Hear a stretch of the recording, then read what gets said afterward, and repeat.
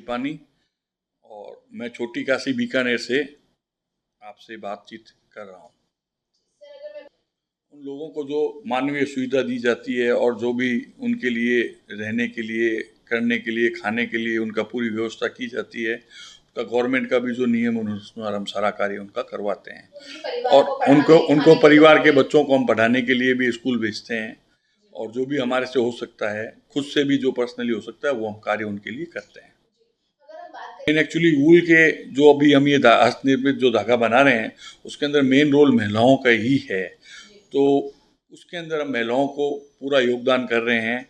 जो पास में यहाँ पे भी आके फैक्ट्री के अंदर भी कुछ महिलाएं वर्क करती है, कुछ अप्रत्यक्ष और प्रत्यक्ष रूप में काम कर रही है महिलाएं।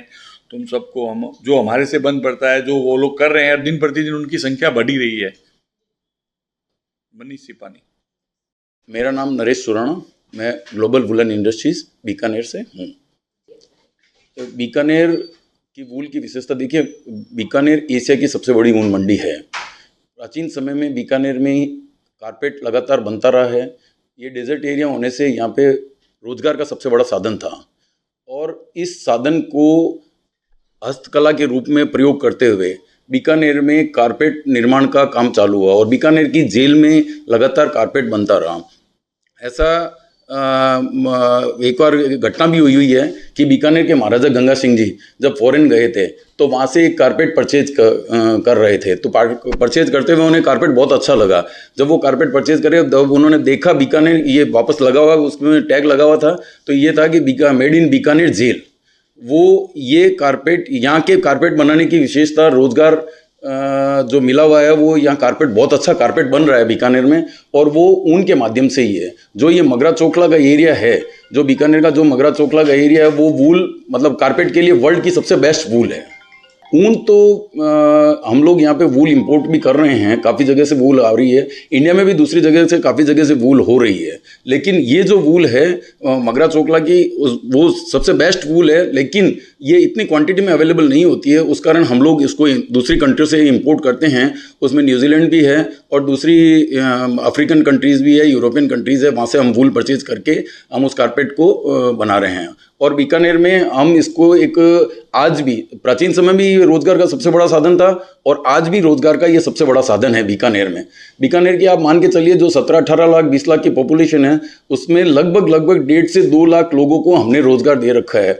उसमें भी हमने लगभग 40% महिलाओं को रोजगार दिया हुआ है। मतलब और महिलाएं इसमें हमारे ऊन छंटाई से लगा के यान कताई जो हैंड स्पिन होता है, उसमें सबसे बड़ा योगदान ही महिलाओं का ही है। इसमें सबसे बड़ा रोजगार ही रूरल एरिया को ही दिया हुआ है। ग्रामीण क्षेत्रों में ही जो ये कताई का कार्य होता है, जो हाथ कताई का कार्य होता है, जो बीकानेर के सराउंडिंग एरिया है, जो मतलब बीकानेर के लगभग आप समझ लीजिए 150 किलोमीटर का सराउंडिंग एरिया है, वहाँ पर हमारा हाथ कताई का बहुत काम होता है। इसी कारण वहाँ पे मतलब बहुत रोजगार उनको मिला हुआ है। और हाथ कताई के साथ में अब यहाँ पर भी मतलब बुनाई का काम भी, कारपेट वीविंग का काम भी बहुत अच्छी गति से बढ़ रहा है। तो उसको हम ऐसा लग रहा है कि हम जो अभी रोजगार दे रहे हैं, अगर ये थोड़ा मतलब वीविंग का काम भी अगर सिस्टमेटिक तरीके से बढ़ता गया तो ये रोजगार एक तरह से हम डबल कर देंगे इसको। वैश्विक परिस्थितियों में ये फायदेमंद तो हम लोग यहाँ से जो ये कारपेट बना रहे हैं और कारपेट बना के ये तो हमारा सब बिकता फॉरेन में है, तो इससे आप मान के चलिए कि रोजगार तो इंडिया में मिल रहा है, पर विदेशी मुद्रा का अर्जन, इसके साथ में विदेशी मुद्रा का भी अर्जन हमारे को होता रहा है। और अब आना ये जो मेक इन इंडिया के साथ में जो सेल इन इंडिया, अगर हम इसको इंडिया में भी सेल होएगा तो make in India, sale India और ग्रो विथ इंडिया, ये इसमें लगातार साथ में चलता रहेगा। और इसको कारपेट को बनाने में जो आप मान के चलिए कि जो इतना रोजगार मिला हुआ है, उसको मेक इन इंडिया के माध्यम से हम उसको खूब आगे ले जाने का प्रयास करेंगे। मेरा नाम मोहित सिपानी है। मैं PH woollen mills private limited से आता हूँ। मैं इस व्यापार में चौथी जनरेशन हूँ। हमारा ऊन से संबंध 1972 से है। बीकानेर से बाहर हम इधर ऊन का धागा बनाते हैं और उसके बाद जो कारपेट बनाते हैं हम उनको सप्लाई करते हैं। भदोई, पानीपत, ग्वालियर, आगरा, कश्मीर, इन सब जगहें हैं। उसके बाद वो कारपेट बना के अदर कंट्रीज में सप्लाई करते हैं। जिन कंट्रीज में आप यूरोप की कंट्रीज ले सकते हो, रशिया है, साउथ अफ्रीका है, इन सब जगह भी बहुत कारपेट जाता है। इधर के धागे की विशेषता है कि सबसे पहले तो इधर जो लोकल आर्टिजन्स है वो हस्तकला के द्वारा बहुत ही फाइन और सुपीरियर क्वालिटी का धागा बना पा रहे हैं।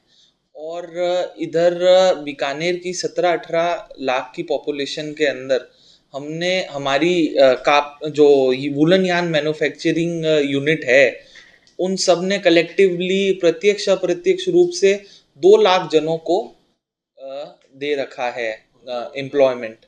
और उसके अंदर 40% के वनस्पत महिलाएं हैं, लोकल महिलाएं हैं, जो आते हैं ऊन छटाई से लेके हस्तकला से यान बनाना, वो सब में भी उनका बहुत अच्छा योगदान है। जी बिल्कुल। एक्चुअली इंडिया के अंदर जितने भी बड़े डेलीगेट्स आते हैं, दूसरी कंट्री के राष्ट्रपति और आते हैं, तो उनको भी बीकानेर मतलब बीकानेर के यान से ही बना हुआ कारपेट दिया जाता है। वो जो सारे हैं उनको मतलब बीकानेर की हस्तकला जिससे यान बनता है उससे ही बना हुआ कारपेट देते हैं। इवन अपनी जो संसद है उसके अंदर भी जो कारपेट बना हुआ है उसका जो यान है वो बीकानेर से ही गया हुआ है। मोहित सिपानी।